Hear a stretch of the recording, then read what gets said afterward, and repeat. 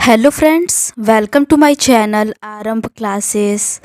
आज के इस वीडियो में हम लोग बीपीएससी एईडीओ में 17 अप्रैल को सेकेंड शिफ्ट में जनरल स्टडीज़ के जो भी 100 क्वेश्चंस पूछे गए थे उसको आपके साथ डिस्कस करेंगे। तो बिना देर किए चलिए आज का ये वीडियो शुरू करते हैं। पहला प्रश्न है, नीचे दो कथन दिए गए हैं, एक को अभिकथन और दूसरे को कारण के रूप में अंकित किया गया है। अभिकथन है, हाल में ही उपयोग हेतु प्रयुक्त यूरिया गोल्ड यूरिया को सल्फर के साथ मिश्रित करता है जिससे बर्बादी कम होती है और पौधों द्वारा पोषक तत्वों का अवशोषण बढ़ता है। कारण है, भारत में कई प्रकार की मिट्टी में जैविक कार्बन प्रमुख पोषक तत्व और आवश्यक सूक्ष्म पोषक तत्व जैसे बोरान, आयरन और सल्फर की कमी है। उपरोक्त कथनों के आलोक में निम्नांकित विकल्पों में से सबसे उपयुक्त उत्तर चुनें। इसका सही आंसर है ऑप्शन ए और आर दोनों सही है और आर ए की सही व्याख्या है। अगला प्रश्न है, भारतीय कृषि के विषय में निम्न कथनों पर ध्यान दीजिए। पहला है, कृषि विपणन में दक्षता बढ़ाने और मूल्य निर्धारण में सुधार करने के लिए सरकार ने ई नाम योजना शुरू की है। दूसरा है, यह पहल कृषि उपज बाजार समिति को मुफ्त सॉफ्टवेयर और 5 करोड़ रुपए की वित्तीय सहायता प्रदान करती है। उपरोक्त कथनों में से कौन सा कथन सही है? इसका सही आंसर है ऑप्शन बी, ए और बी दोनों ही कथन सही दिया हुआ है। अगला प्रश्न है, भारत के आर्थिक सर्वेक्षण 2024-25 के अनुसार वैश्विक विनिर्माण में भारत की हिस्सेदारी क्या है? इसका सही आंसर है ऑप्शन सी, 2.8%। अगला प्रश्न है, भारत में कपड़ा उद्योग के विषय में निम्नलिखित कथनों पर ध्यान दीजिए। पहला है, कपड़ा उद्योग एक प्रमुख रोजगार सृजन करता है और भारत में जीवीए विनिर्माण में इसकी हिस्सेदारी लगभग 11% है। दूसरा है, भारत कपड़ा और परिधान का चौथा सबसे बड़ा निर्यातक है और इस क्षेत्र में वैश्विक व्यापार में इसकी हिस्सेदारी लगभग 10% है। तीसरा है, भारत का तकनीकी वस्त्र उद्योग तेजी से बढ़ रहा है और विश्व स्तर पर 5वें स्थान पर है। उपरोक्त कथनों में से कौन सा कथन सही है? इसका सही आंसर है ऑप्शन डी, पहला और तीसरा कथन सही है। अगला प्रश्न है, विश्व बौद्धिक संपदा संगठन द्वारा हाल ही में जारी वैश्विक नवाचार सूचकांक 2025 में भारत की रैंक क्या थी? इसका सही आंसर है ऑप्शन डी, 39वीं। अगला प्रश्न है, निम्न में से कौन सा सही है? पहला है, विकसित भारत 2047 का मुख्य केंद्र आत्मनिर्भरता, रोजगार सृजन और खाद्य सुरक्षा है। दूसरा है, राष्ट्रीय क्रिटिकल मिनरल मिशन के माध्यम से भारत ऊर्जा उद्योग और रक्षा के लिए आवश्यक खनिजों तक पहुंच सुनिश्चित करने के लिए 1200 स्थलों का अन्वेषण कर रहा है। इसका सही आंसर है ऑप्शन सी, केवल दूसरा कथन सही है। अगला प्रश्न है, विश्व का प्रथम पूर्णतः जैविक कृषि करने वाला भारत का राज्य निम्न में से कौन सा है? इसका सही आंसर है ऑप्शन बी, सिक्किम। अगला प्रश्न है, बिहार के बजट 2025-26 के संदर्भ में निम्न में से कौन सा कथन सही है? पहला है, 2025-26 में राजस्व अधिशेष जीएसडीपी का 0.8% होने का अनुमान है, जबकि 2024-25 में राजस्व घाटा जीएसडीपी का 4.1% था। दूसरा है, 2025-26 के लिए राजकोषीय घाटा जीएसडीपी के 3% पर लक्षित है। 2024-25 में यह जीएसडीपी का 9.2% होने का अनुमान है। तीसरा है, 2023-24 में बिहार की प्रति व्यक्ति जीएसडीपी चालू कीमतों पर भारत की प्रति व्यक्ति जीएसडीपी से 1/3 से भी कम है। इसका सही आंसर है ऑप्शन बी, पहला और तीसरा सत्य है। अगला प्रश्न है, निम्न में से कौन से जिले में बिहार सरकार चाय क्षेत्र के समग्र विकास को बढ़ावा देने के लिए एक चाय उत्कृष्टता केंद्र स्थापित करने जा रही है? इसका सही आंसर है ऑप्शन बी, किशनगंज। अगला प्रश्न है, बिहार की संकल्प योजना के संदर्भ में निम्न कथनों पर विचार कीजिए। पहला है, संकल्प योजना विश्व बैंक द्वारा वित्त पोषित एक केंद्र प्रवर्तित योजना है। दूसरा है, यह बिहार में कृषि की उत्पादकता में वृद्धि के लिए एक नवोन्मेष कार्यक्रम के रूप में शुरू की गई थी। उपरोक्त में से कौन सा कथन सही है? इसका सही आंसर है ऑप्शन ए, केवल पहला कथन सही है।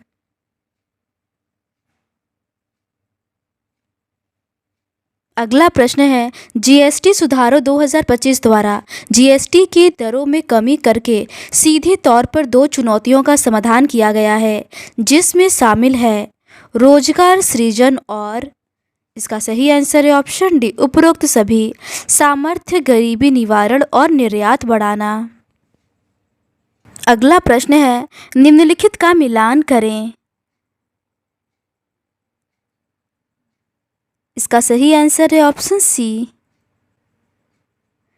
भारतीय अंतरिक्ष अनुसंधान संगठन के पुनः प्रायोजित प्रक्षेपण यान पुष्पक को आगे बढ़ाया।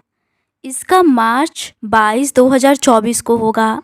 नए तरल रॉकेट इंजन का परीक्षण किया गया था। इसका मई 9, 2024 होगा। इसरो ने लॉन्च किया इनसैट 3 DS सैटेलाइट। इसका फरवरी 17, 2024 होगा। और SLVV3EOS08 को लॉन्च किया गया। इसका अगस्त 16, 2024 होगा। अगला प्रश्न है, संघाई सहयोग संगठन SCO की बैठक हुई। इसका सही आंसर है ऑप्शन ए, 31 मई 2025 को। अगला प्रश्न है, अभिकथन है, भारत में सबसे लंबी मालगाड़ी रुद्राष्ट्र शुरू की गई है। कारण है, ट्रेन लगभग 4.5 किलोमीटर लंबी है और इसमें 354 डिब्बे हैं। उपरोक्त कथनों के आलोक में नीचे दिए गए विकल्पों में से सबसे उपयुक्त उत्तर चुनें। इसका सही आंसर है ऑप्शन ए और आर दोनों सही है और आर ए की सही व्याख्या है। अगला प्रश्न है, भारतीय फिल्म उद्योग में उनके आजीवन योगदान के लिए दादा साहेब फाल्के पुरस्कार 23 सितंबर 2025 को आयोजित 71वें राष्ट्रीय फिल्म पुरस्कार समारोह में भारत के राष्ट्रपति द्वारा किसे प्रदान किया गया? इसका सही आंसर है ऑप्शन बी, अभिनेता मोहनलाल को। अगला प्रश्न है, निम्नलिखित में से कौन सी अंतर्राष्ट्रीय अंतरिक्ष संरक्षण प्रणालियां हैं? पहला है, IADC वैश्विक अंतरिक्ष मलबे प्रबंधन का समन्वय करता है। दूसरा है, CSO जिम्मेदार अंतरिक्ष व्यवहार के लिए 10 देशों की साझेदारी। तीसरा है, NMA परीक्षण करता है। NAVIC प्रमाणीकरण के स्पूफिंग को रोकने का। चौथा है, COPUOS अंतरिक्ष स्थिरता और मलबे के शमन के लिए 2019 के दिशा निर्देश। इसका सही आंसर है ऑप्शन बी, पहला, दूसरा और चौथा सही है। अगला प्रश्न है, मई 2025 में नेपाल के कौन से ग्लेशियर को मृत घोषित किया गया था? इसका सही आंसर है ऑप्शन डी, याला ग्लेशियर को। अगला प्रश्न है, निम्नलिखित में से कौन सा जोड़ा सही ढंग से मेल खाता है? इसका सही आंसर है ऑप्शन सी, DY चंद्रचूड़ का वाई द कॉन्स्टिट्यूशन मैटर्स, ये सही है। अगला प्रश्न है, प्रधानमंत्री कौशल विकास योजना के संदर्भ में निम्नलिखित उप मिशनों पर विचार करें। पहला है, कौशल आधारित संस्थागत प्रशिक्षण। दूसरा है, स्थायी आजीविका को बढ़ावा देना। तीसरा है, नियमित प्रबोधन और मूल्यांकन। चौथा है, प्रशिक्षण की आधारभूत संरचना का विकास। उपर्युक्त दिए गए कथन में से सही का चयन करें। इसका सही आंसर है ऑप्शन ए, पहला और तीसरा सही है। अगला प्रश्न है, निम्नलिखित शहरी विकास कार्यक्रमों, योजनाओं, अधिनियमों को क्रम में रखें। पहला है दीनदयाल अंत्योदय योजना, राष्ट्रीय शहरी आजीविका मिशन। दूसरा है जवाहरलाल नेहरू शहरी नवीकरण मिशन। तीसरा है कायाकल्प और शहरी परिवर्तन के लिए अटल मिशन। चौथा है रियल एस्टेट अधिनियम। इसका सही आंसर है ऑप्शन बी, सबसे पहले दूसरा, फिर पहला, फिर तीसरा और उसके बाद चौथा होगा।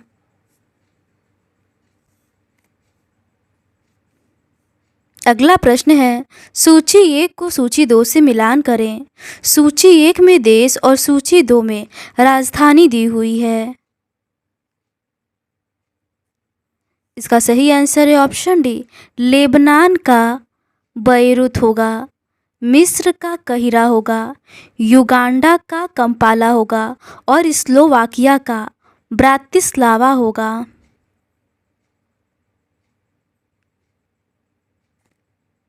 अगला प्रश्न है, अभिकथन है, श्री सीपी राधाकृष्णन ने 12 सितंबर 2025 को भारत के उपराष्ट्रपति के रूप में शपथ ली। कारण है, श्री सीपी राधाकृष्णन ने INDIA ब्लॉक के उम्मीदवार को 452 वोटों के अंतर से हराया। इसका सही आंसर है ऑप्शन बी, ए सही है लेकिन आर सही नहीं है।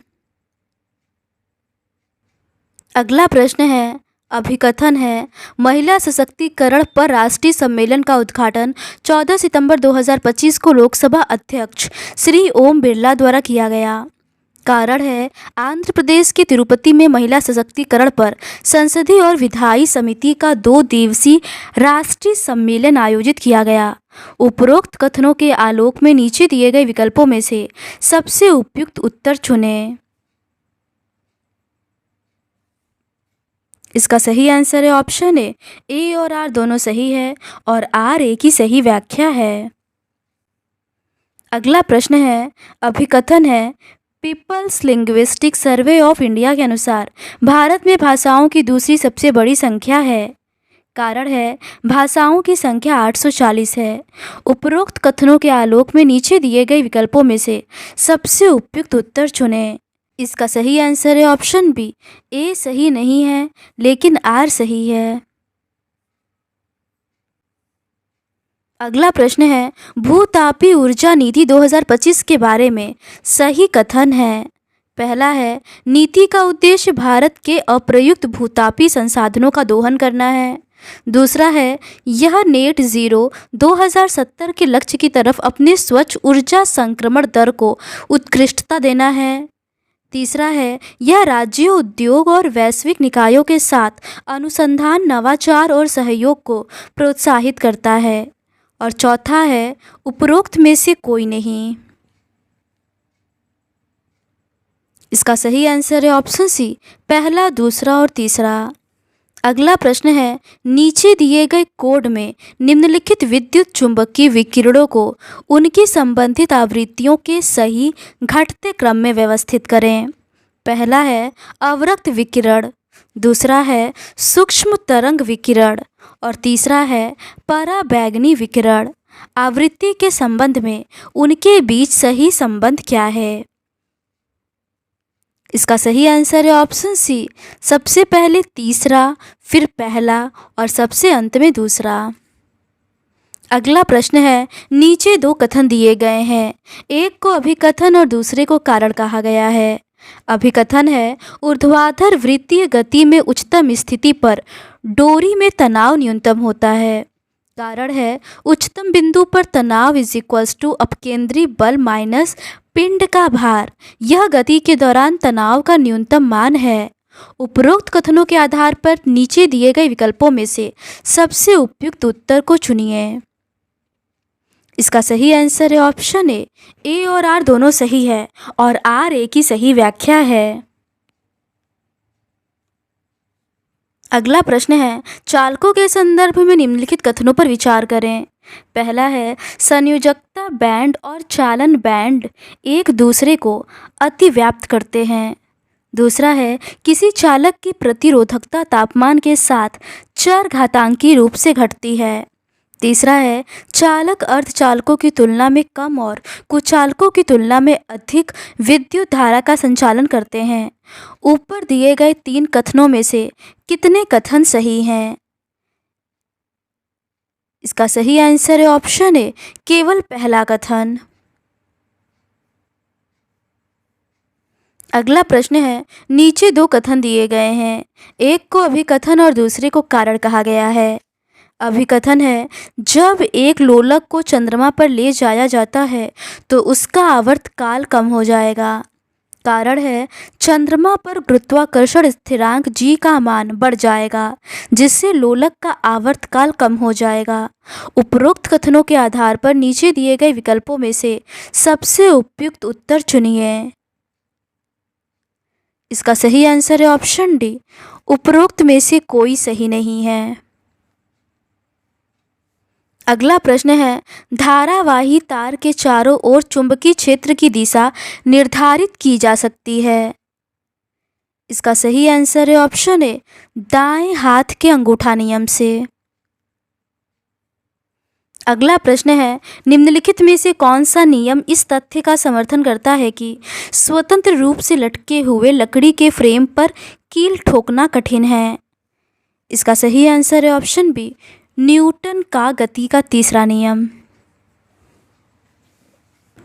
अगला प्रश्न है, 2 कंपन वाले कणों को एक ही कलामिक कब कहा जाता है?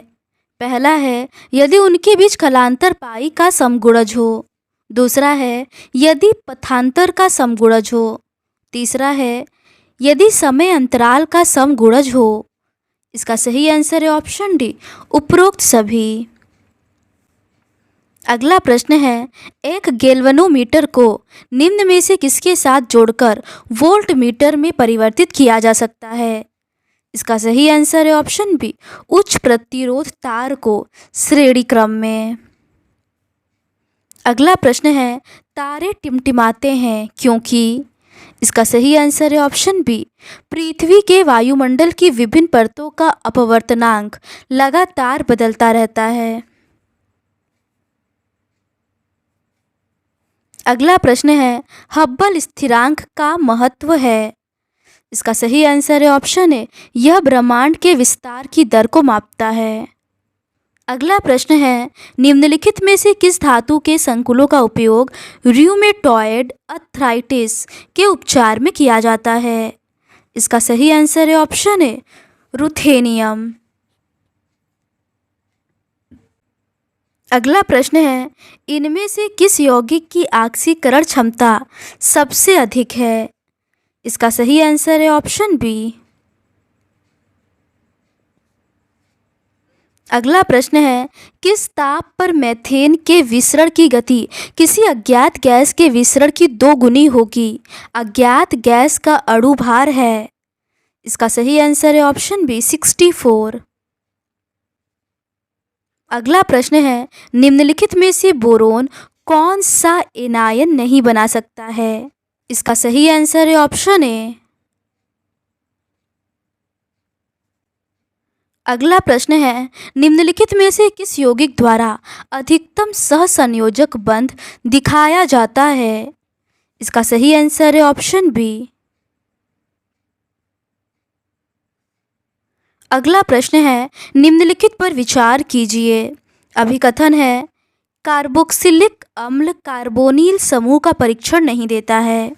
कारण है, कार्बोक्सिलिक समूह का कार्बोनिल कार्बन इलेक्ट्रॉन कमी वाला है, इसीलिए न्यूक्लियोफिलिक अटैक के लिए कम संवेदनशील है। नीचे दिए गए कूट के अनुसार सही उत्तर का चयन करें। इसका सही आंसर है ऑप्शन ए और आर सत्य है। आर ए का सही स्पष्टीकरण है। अगला प्रश्न है, इनमें से कौन सबसे मीठा शक्कर है? इसका सही आंसर है ऑप्शन ए, फ्रुक्टोज। अगला प्रश्न है, सूची 1 तथा सूची 2 का मिलान कीजिए। सही उत्तर का चयन सूची के नीचे दिए गए कूटों के आधार पर करें। इसका सही आंसर है ऑप्शन ए Ni का मांड प्रक्रम होगा, Cu का विद्युत अपघटन होगा, Zr का वॉन आर्केल की विधि होगा और Je का क्षेत्र शोधन होगा। अगला प्रश्न है, इन वर्गीकी वर्गीकरण प्रणालियों को उनके विकास के कालानुक्रम में व्यवस्थित करें। पहला है विटेकर की 5 जगत प्रणाली, दूसरा है लीनियस की कृत्रिम प्रणाली, तीसरा है बेंथम और हुकर की प्राकृतिक प्रणाली, चौथा है एंगलर और प्रांटल की जाति वृत्ति प्रणाली और पांचवा है पुष्पी पौधों के लिए APG तंत्र। इसका सही आंसर है ऑप्शन ए सबसे पहले B, उसके बाद D, उसके बाद C, A और E आएगा। अगला प्रश्न है, ग्लूकोज उपापचय और कोशिकीय श्वसन के संदर्भ में निम्नलिखित 3 कथनों पर विचार करें। पहला कथन है, TCA चक्र में सक्सिनेट का फ्यूमरेट में रूपांतरण अद्वितीय है क्योंकि यह आंतरिक माइटोकॉन्ड्रियल झिल्ली में अंतर्निहित एक एंजाइम द्वारा उत्प्रेरित एकमात्र चरण है और सीधे तौर पर TCA चक्र से इलेक्ट्रॉन परिवहन श्रृंखला तक। कथन दूसरा है, ऑक्सीडेटिव फॉस्फोराइलेशन कोशिकीय श्वसन का एकमात्र चरण है जहां ऑक्सीजन का सीधे उपभोग होता है और इस चरण में उत्पन्न सभी ATP सबस्ट्रेट स्तरीय फॉस्फोराइलेशन द्वारा निर्मित होते हैं। तीसरा कथन है, ग्लाइकोलाइसिस में एंजाइम फास्फोफ्रक्टोकाइनेन 1 ATP और साइट्रेट की उच्च सांद्रता द्वारा एलोस्टेरिक रूप से बाधित होता है जिससे यह ग्लाइकोलाइसिस और TCA चक्र दोनों के लिए एक प्रमुख नियामक बिंदु बन जाता है। ऊपर दिए गए कौन से कथन सही है? इसका सही आंसर है ऑप्शन सी, केवल कथन 1 और कथन 3 सही है। अगला प्रश्न है, किसी जीव का वास्तविक निकेत है। इसका सही आंसर है ऑप्शन डी, जीव द्वारा वास्तव में अपनाई गई जीवन पद्धति। अगला प्रश्न है, यदि हम किसी वृक्ष पर हरा प्रकाश डालें तो वृक्ष होगा। इसका सही आंसर है ऑप्शन सी, अधिक गहरा दिखाई देगा। अगला प्रश्न है, प्रकाश संश्लेषण की जेड योजना में निम्नलिखित में से कौन से इलेक्ट्रॉन प्रवाह संयोजन सही नहीं है? इसका सही आंसर है ऑप्शन ए, पहला और दूसरा। पहला और दूसरा सही नहीं है। अगला प्रश्न है, नीचे 2 कथन दिए गए हैं, एक को अभिकथन और दूसरे को कारण कहा गया है। अभिकथन है, फ्लोएम में चालनी नलिका तत्व जीवित कोशिकाएं होती हैं लेकिन परिपक्व होने पर इसमें केंद्रक नहीं होते। कारण है, सहचर कोशिकाएं अवरोधी संधियों के माध्यम से चालनी नलिका तत्वों की उपापचयी गतिविधियों को नियंत्रित करती हैं जिससे फ्लोएम में शर्करा के लदान और उत्तराई के लिए आवश्यक निरंतर दाब प्रवणता सुनिश्चित होती है। उपरोक्त कथनों के आलोक में नीचे दिए गए विकल्पों में से सबसे उपयुक्त उत्तर चुनिए। इसका सही आंसर है ऑप्शन बी, ए सही है लेकिन आर सही नहीं है। अगला प्रश्न है, निम्नलिखित कथन और कारण को ध्यान से पढ़ें और सही विकल्प चुनें। कथन है, ओंगे और ग्रेट अडमानेज आबादी में देखे गए मिटोकॉन्ड्रियल DNA हैप्लोग्रुप M31 और M32 अंडमान द्वीपों पर आंतरिक विकास के अधीन प्राचीन मातृ वंशावलियां दर्शाते हैं जो लगभग 50 से 70 हजार वर्ष पूर्व आउट ऑफ अफ्रीका तटीय प्रवासन के बाद से अलग थलग हैं। कारण है, पूर्ण मिटोकॉन्ड्रियल DNA स्क्रीनिंग से पता चला कि M31 और M32 को परिभाषित करने वाले कोडिंग क्षेत्र उत्परिवर्तन ज्ञात भारतीय, पूर्व एशियाई या ओशिनियन हैप्लोग्रुप एन या आर के लोगों से ओवरलैप नहीं करते और 6500 से अधिक मुख्य भूमि भारतीय मिटोकॉन्ड्रियल डीएनए सीक्वेंस के सर्वेक्षण ने इस विशिष्ट उत्परिवर्तनों की अनुपस्थिति की पुष्टि की, जो छोटी अलग थलग आबादियों में आनुवंशिक बहाव द्वारा संचालित स्वतंत्रता को दर्शाता है। इसका सही आंसर है ऑप्शन सी, ए और आर दोनों सत्य है, लेकिन आर ए का सही स्पष्टीकरण नहीं है। अगला प्रश्न है, डॉक्टर लालजी सिंह और उनके शोध के बारे में निम्नलिखित कथनों पर विचार करें। पहला है, डॉक्टर लालजी सिंह को भारत में डीएनए फिंगरप्रिंटिंग का पिता माना जाता है। दूसरा है, उन्होंने 1984 में डीएनए फिंगरप्रिंटिंग तकनीक को स्वतंत्र रूप से आविष्कार किया, जो वैश्विक विकास से पहले था। तीसरा है, उनके शोध ने डीएनए फिंगरप्रिंटिंग को वन्य जीव संरक्षण में व्यापक रूप से लागू किया, जिसमें भारत में बाघ, मोर और हाथी आबादियों पर वंशावली अध्ययन शामिल है। ऊपर दिए गए कथनों में से कितने सही हैं? इसका सही आंसर है ऑप्शन सी, तीनों सही हैं। अगला प्रश्न है, 2022 में स्वेटे पाबो को फिजियोलॉजिकल या मेडिसिन में नोबेल पुरस्कार से सम्मानित किया गया, जो उनके असाधारण वैज्ञानिक कार्य के लिए किस क्षेत्र में था? इसका सही आंसर है ऑप्शन डी, विलुप्त होमिनिन्स के जीनोम और मानव विकास से संबंधित खोजें। अगला प्रश्न है, निम्नलिखित कथन और कारण को ध्यान से पढ़ें और सही विकल्प चुनें। कथन है, यूकेरियोटिक कोशिकाओं में एरोबिक श्वसन के दौरान उत्पादित अधिकांश एटीपी माइटोकॉन्ड्रिया में ऑक्सीडेटिव फॉस्फोराइलेशन के माध्यम से उत्पन्न होता है।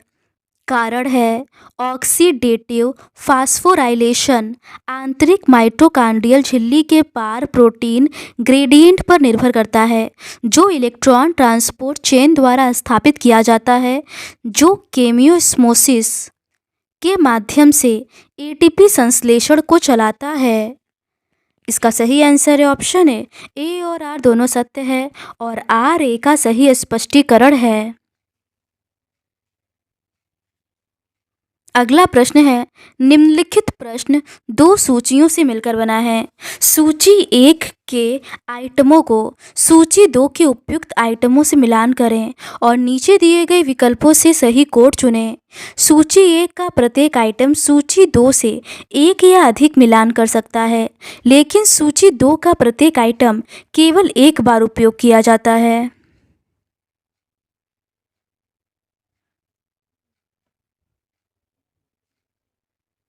इसका सही आंसर है ऑप्शन ए।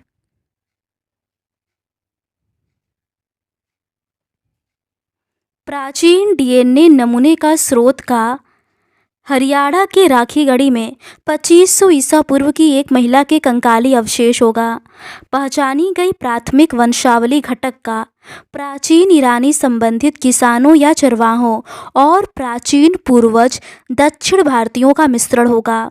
सिंधु घाटी सभ्यता व्यक्ति में उल्लेखनीय रूप से अनुपस्थित वंशावली का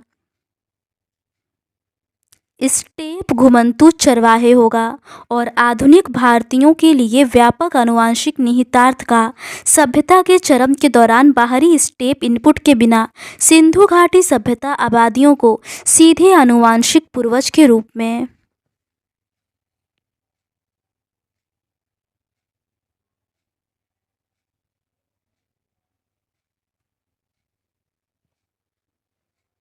अगला प्रश्न है, 2014 में पंजाब के अजनाला में एक परित्यक्त कुएं से खुदाई में प्राप्त 282 कंकालों के फॉरेंसिक विश्लेषण ने मुख्य रूप से उनके 1857 सिपाही विद्रोह के भारतीय सैनिकों के रूप में पहचान की पुष्टि किस प्रमुख संयुक्त साक्ष्य के माध्यम से की? इसका सही आंसर है option A, radio carbon dating और यूरोपीय शैली के हथियारों की उपस्थिति। अगला प्रश्न है, समुद्र तट के अंदर की ओर अमेरिका के महासरोवरों का उचित क्रम कौन सा है? इसका सही आंसर है ऑप्शन बी, ओंटारियो, एरी, ह्यूरोन, उसके बाद मिशिगन। अगला प्रश्न है, निम्नलिखित में से कौन सा सही सुमेलित नहीं है? इसका सही आंसर है ऑप्शन ए, केवल दूसरा, कनाडा का मॉन्ट्रियल ये सही सुमेलित नहीं है। नॉर्वे की राजधानी ओस्लो है, ऑस्ट्रेलिया की राजधानी कैनबरा है और दक्षिण अफ्रीका की राजधानी केप टाउन है। अगला प्रश्न है, सूची 1 को सूची 2 के साथ सुमेलित करें। सूची 1 में राज्य और सूची 2 में उसके राजकीय फूल दिए हुए हैं। इसका सही आंसर है ऑप्शन डी, झारखंड का पलाश होगा, कर्नाटक का कमल होगा, उड़ीसा का अशोक होगा और पंजाब का ग्लेडियोलस होगा। अगला प्रश्न है, भारत में सबसे ऊंची हिमालयी पर्वत चोटी कौन सी है? इसका सही आंसर है ऑप्शन सी, K2। अगला प्रश्न है, निम्नलिखित में से कौन सा युग्म सुमेलित नहीं है? इसका सही आंसर है ऑप्शन ए, शेषचलम तमिलनाडु ये सुमेलित नहीं है। सिमलीपाल का उड़ीसा होगा, मानस का असम होगा और दिहांग दिबांग का अरुणाचल प्रदेश होगा। अगला प्रश्न है, सूची 1 को सूची 2 के साथ सुमेलित कीजिए। सूची 1 में भारत से निर्यात गंतव्य स्थान और सूची 2 में मूल्य धारित श्रेणी दिया हुआ है। नीचे दिए गए कूट का प्रयोग कर सही उत्तर चुनें। इसका सही आंसर है ऑप्शन बी।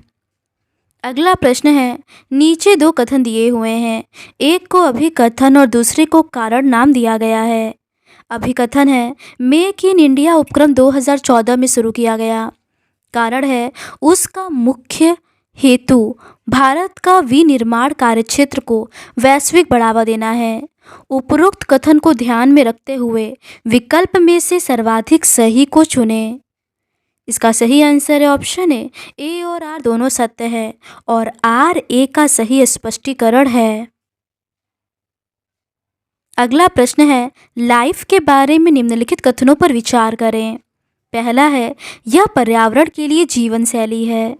दूसरा है, इसका उद्देश्य शाश्वत पर्यटन उद्योग को बढ़ावा देना है। तीसरा है, इसका उद्देश्य पर्यटन को भारतीय गांवों तक ले जाना है।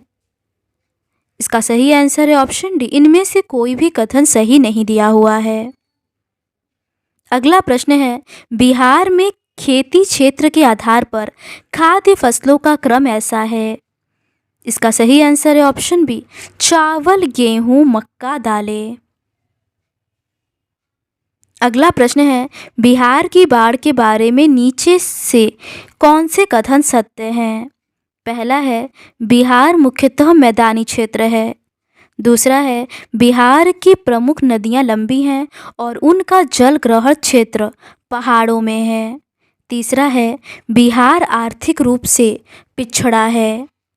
इसका सही आंसर है ऑप्शन सी, केवल पहला और दूसरा कथन सही है।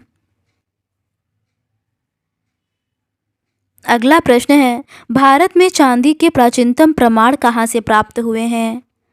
इसका सही आंसर है ऑप्शन ए, हड़प्पा सभ्यता से।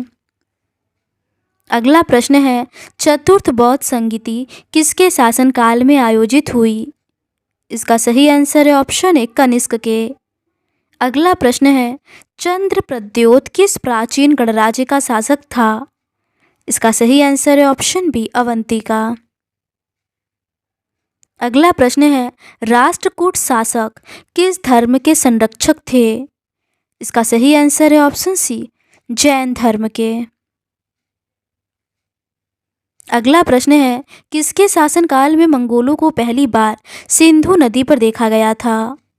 इसका सही आंसर है ऑप्शन सी, इल्तुतमिश के शासनकाल में। अगला प्रश्न है, निम्न में से किसे 1000 दिनारी के नाम से जानते हैं? इसका सही आंसर है ऑप्शन सी, मलिक काफूर को। अगला प्रश्न है, गुजरी महल किसने बनवाया था? इसका सही आंसर है ऑप्शन सी, मान सिंह ने। अगला प्रश्न है, किस मुगल शासक को रंगीला नाम से जानते हैं? इसका सही आंसर है ऑप्शन बी, मोहम्मद शाह को। अगला प्रश्न है, कूका आंदोलन किसके द्वारा आयोजित किया गया था? इसका सही आंसर है ऑप्शन बी, गुरु राम सिंह। अगला प्रश्न है, पागलपंथी विद्रोह वास्तव में किसका विद्रोह था? इसका सही आंसर है ऑप्शन सी, गारो। अगला प्रश्न है, स्वदेश वाहिनी किसके द्वारा संपादित किया गया? इसका सही आंसर है ऑप्शन बी, के रामकृष्णा पिल्ले। अगला प्रश्न है, नेटिव मैरिज एक्ट किस वर्ष पारित किया गया था? इसका सही आंसर है ऑप्शन सी, 1872 में। अगला प्रश्न है, गदर पार्टी की स्थापना कहाँ हुई थी? इसका सही आंसर है ऑप्शन सी, संयुक्त राज्य अमेरिका में। अगला प्रश्न है, विक्रमशिला प्राचीन विश्वविद्यालय की स्थापना किस पाल वंश के शासक ने की थी? इसका सही आंसर है ऑप्शन ए, धर्मपाल ने। अगला प्रश्न है, मगध वंश की राजधानी पाटलिपुत्र के पूर्व कहाँ थी? इसका सही आंसर है ऑप्शन सी, राजगीर। अगला प्रश्न है, बिहार प्रांतीय किसान सभा की स्थापना की गई थी? इसका सही आंसर है ऑप्शन सी, स्वामी सहजानंद सरस्वती द्वारा। अगला प्रश्न है, आज़ादी के बाद बिहार के पहले मुख्यमंत्री कौन थे? इसका सही आंसर है ऑप्शन बी, श्री कृष्ण सिन्हा। अगला प्रश्न है, बंगाल और बिहार के पाल किस धर्म के अनुयायी थे? इसका सही आंसर है ऑप्शन बी, बौद्ध धर्म के। अगला प्रश्न है, किस वर्ष कांग्रेस पार्टी ने स्वाधीनता के प्रस्ताव को पारित कराया था? इसका सही आंसर है ऑप्शन ए, 1929 में। अगला प्रश्न है, किस वर्ष गांधी इरविन समझौता हुआ था? इसका सही आंसर है ऑप्शन बी, 1931 में। अगला प्रश्न है, अखिल भारतीय दलित वर्ग की स्थापना की गई थी? इसका सही आंसर है ऑप्शन है, डॉक्टर BR अम्बेडकर द्वारा। अगला प्रश्न है, पाकिस्तान प्रस्ताव का मसौदा तैयार किया गया था? इसका सही आंसर है ऑप्शन सी, सिकंदर हयात खान द्वारा। अगला प्रश्न है, किस वर्ष INA की स्थापना हुई थी? इसका सही आंसर है ऑप्शन डी, 1943 में। अगला प्रश्न है, भारत की आज़ादी के समय इंग्लैंड का प्रधानमंत्री कौन था? इसका सही आंसर है ऑप्शन बी, क्लीमेंट एटली। अगला प्रश्न है, भारतीय स्वतंत्रता अधिनियम 1947 कब लागू हुआ? इसका सही आंसर है ऑप्शन बी, 18 जुलाई 1947 को। अगला प्रश्न है, नीचे दिए गए प्रश्नों का सही कालानुक्रमिक क्रम क्या है? नीचे दिए गए कूटों में से सही उत्तर चुनिए। पहला है, चुनावी कानून सुधार पर संयुक्त संसदीय समिति। दूसरा है, चुनावी सुधारों पर गोस्वामी समिति। तीसरा है, चुनावी सुधार पर तारकुंडे समिति। चौथा है, राजनीति के अपराधीकरण के विरुद्ध चुनाव आयोग का अभियान। नीचे दिए गए विकल्पों में से सही उत्तर चुनें। इसका सही आंसर है ऑप्शन है, सबसे पहले पहला, उसके बाद तीसरा, उसके बाद दूसरा और सबसे अंत में चौथा आएगा। अगला प्रश्न है, नीचे दिए गए प्रश्न में अभिकथन और कारण के रूप में चिन्हित दो कथन दिए गए हैं। दिए गए कूट के अनुसार अपना उत्तर चिन्हित करें। अभिकथन है, संविधान ने भारत को राज्यों का संघ बताया है, न कि एक संघ। कारण है, भारतीय राजनीति एक अविनाशी संघ बनाने के लिए राज्यों के बीच समझौते का परिणाम है। नीचे दिए गए विकल्पों में से कौन सा सही है? इसका सही आंसर है ऑप्शन बी, ए सत्य है जबकि आर असत्य है। अगला प्रश्न है, निम्नलिखित कथनों में से कौन सा गलत है? पहला है, संविधान में मुख्यमंत्री के चयन और नियुक्ति के लिए कोई विशिष्ट प्रक्रिया नहीं है। दूसरा है, वर्तमान मुख्यमंत्री की मृत्यु के बाद सत्तारूढ़ दल किसी नए नेता की नियुक्ति करता है तो राज्यपाल को नए नेता को मुख्यमंत्री नियुक्त करना होगा। नीचे दिए गए कूटों का प्रयोग करके सही विकल्प चुनें। इसका सही आंसर है ऑप्शन डी। न तो पहला और न ही दूसरा कथन गलत है, दोनों ही कथन सही है। अगला प्रश्न है, सूची 1 को सूची 2 से सम्मिलित कीजिए और सूचियों के नीचे दिए गए कूटों का प्रयोग करके सही उत्तर चुनिए। इसका सही आंसर है ऑप्शन ए। अध्यक्ष का मांगों पर चर्चा के लिए समय सीमा निर्धारित करता है। वित्त मंत्री का पंचवर्षीय योजना के निर्माण में भाग लेता है। राष्ट्रपति का संसद में वार्षिक वित्तीय विवरण का उल्लेख करता है। कैग का कार्यपालिका के वित्तीय संचालन की जांच करता है।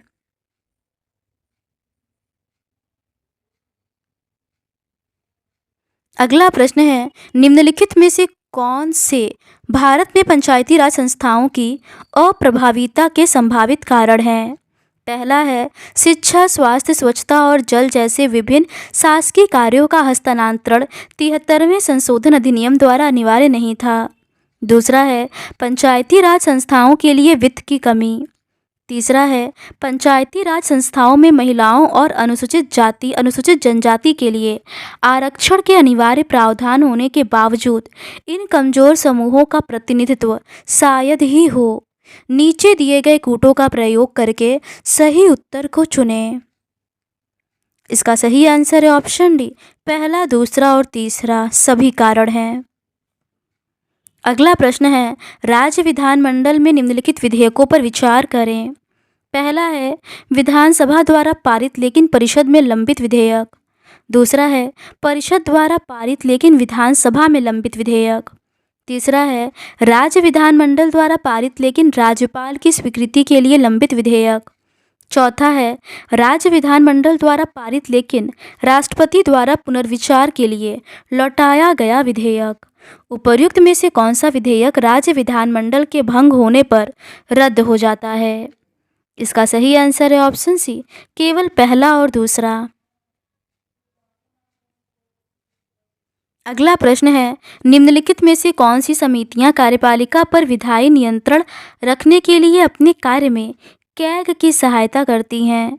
पहला है लोक लेखा समिति, दूसरा है विशेषाधिकार समिति, तीसरा है प्राक्कलन समिति और चौथा है सार्वजनिक उपक्रम समिति। नीचे दिए गए कूटों का प्रयोग करके सही उत्तर को चुनें।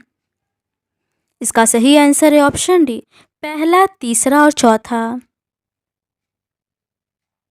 अगला प्रश्न है, नागरिकता विधेयक 2019 के संबंध में निम्नलिखित कथनों पर विचार करें।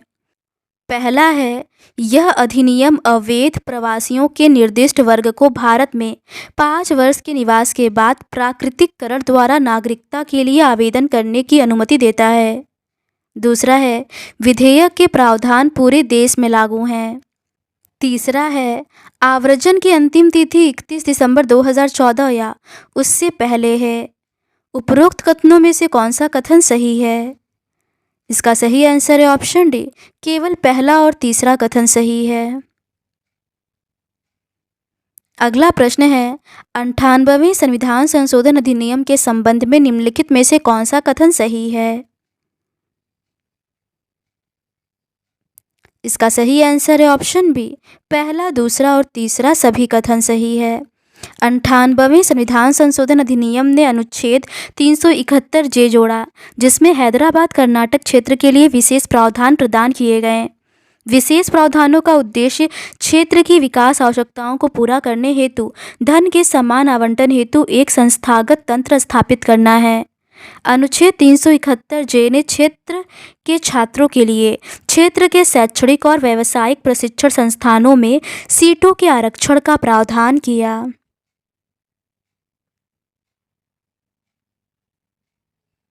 क्वेश्चन नंबर 100 है, संघ और राज्यों के बीच विधायी संबंधों के संबंध में निम्नलिखित कथनों पर विचार करें। उपरोक्त में से कौन सा कथन सही है? इसका सही आंसर है ऑप्शन बी, केवल दूसरा कथन सही है। संविधान स्पष्ट रूप से संघ सूची और समवर्ती सूची को राज्य सूची पर प्रभुत्व प्रदान करता है।